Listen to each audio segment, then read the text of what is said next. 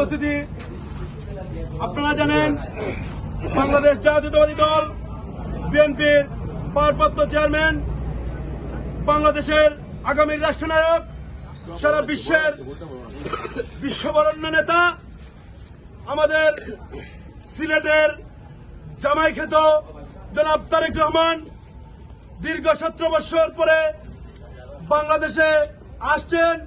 তারই ধারাবাহিকতায়, তারই আনন্দে আনন্দিত হয়ে আমরা চিকনাগুল ইউনিয়ন বিএনপি অঙ্গ সংগঠনের নেতৃবৃন্দ তাৎক্ষণিক একটি আনন্দ মিছিল পরবর্তী পথসভায় আমাদের মাঝে উপস্থিত হয়েছেন 6 নং চিকনাগুল ইউনিয়ন বিএনপির সংগ্রামী সাধারণ সম্পাদক জনাব মাসুদুর আলী সহ ছাত্রদল, যুবদল, স্বেচ্ছাসেবক দল,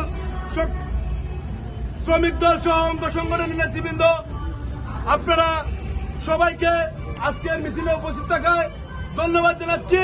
এবং আপনারা আগামী 25 তারিখ যারা ঢাকায় যাবেন, আমাদের ইউনিয়ন বিএনপির সেক্রেটারি রয়েছেন, উনার কাছে লিস্ট দিবেন। আমাদের যাতায়াতের ব্যবস্থা আছে।